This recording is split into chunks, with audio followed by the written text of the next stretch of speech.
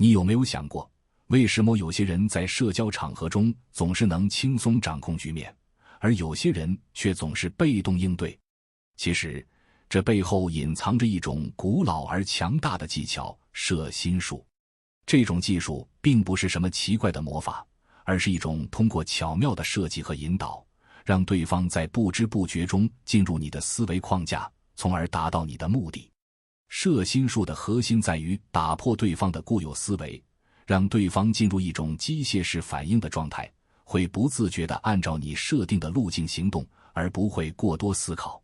举个例子，你去朋友家做客，朋友问你，你喝不喝东西？大部分人都会客气地回答，不用了，谢谢。但如果朋友换一种问法，有咖啡和绿茶，你喝哪一种？这时，你会发现大部分人都会选择其中一种，即使他们原本并没有打算喝东西。为什么会出现这种情况？因为第一种问法给了你一个选择的空间，你可以选择喝或不喝。而第二种问法则直接跳过了喝不喝的问题，直接让你在咖啡和绿茶之间做选择。这种问法巧妙地引导你进入了一个新的思维框架，让你不自觉地做出了选择。人的潜意识有一种机械式反应的特点，也就是说，在某些特定的情境下，我们会不假思索地做出某种行为。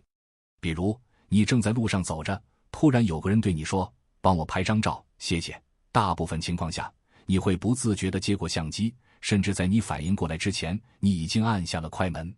为什么？因为帮我拍张照这个请求直接触发了你的机械式反应，你几乎没有时间去思考是否要拒绝。这种机械式反应在生活中的应用非常广泛。比如，有的男孩子追女朋友时，如果直接问能不能做我女朋友，被拒绝的几率往往很高。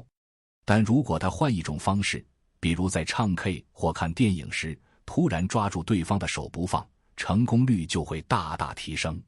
因为在这种情境下，对方的大脑会进入一种机械式反应的状态，而不是理性思考。摄心术的另一个关键点在于设计问题的方式。通过巧妙的设计问题，你可以引导对方进入你设定的框架，从而达到你的目的。比如，一条街上有2家餐厅，都卖面条。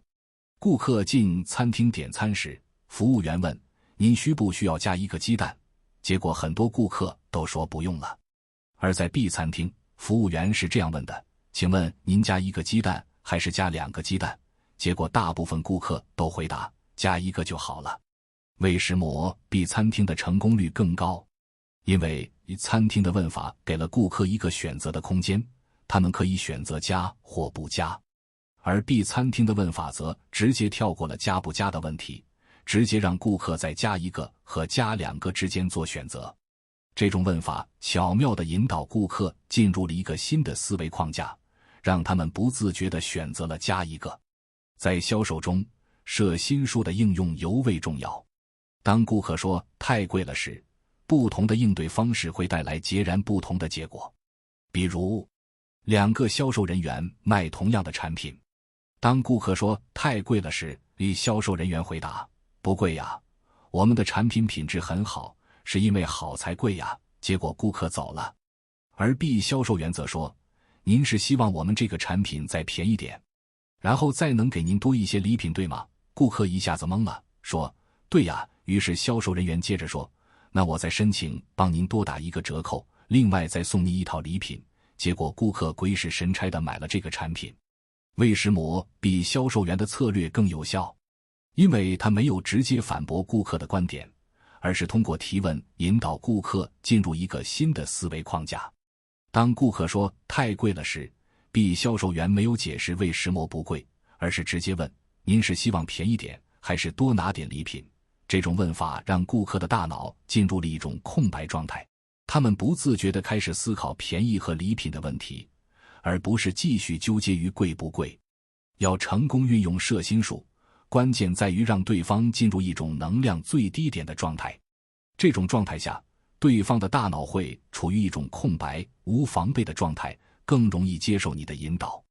以下是几种常见的策略：打破对方的预期。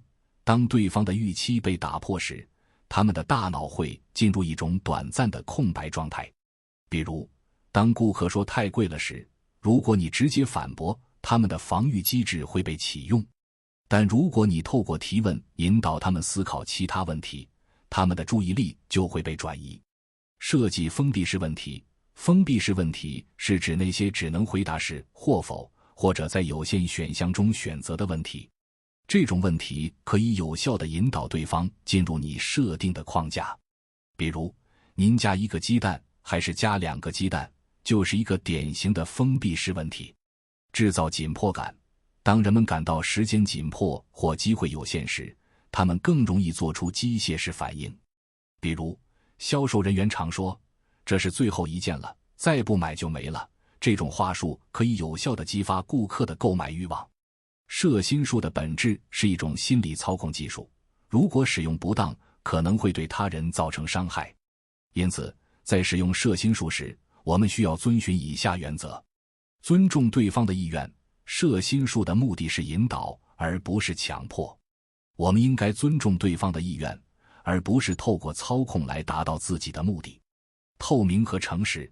在使用摄心术时，我们应该尽量保持透明和诚实，不要透过欺骗或隐瞒来操控他人。以共赢为目标。摄心术的最终目标应该是实现共赢，而不是单方面的利益最大化。只有在双方都受益的情况下，摄心术才能真正发挥其价值。今天先分享到这里，如果对你有帮助，欢迎按赞订阅智慧补丁，超越自我，完善人生。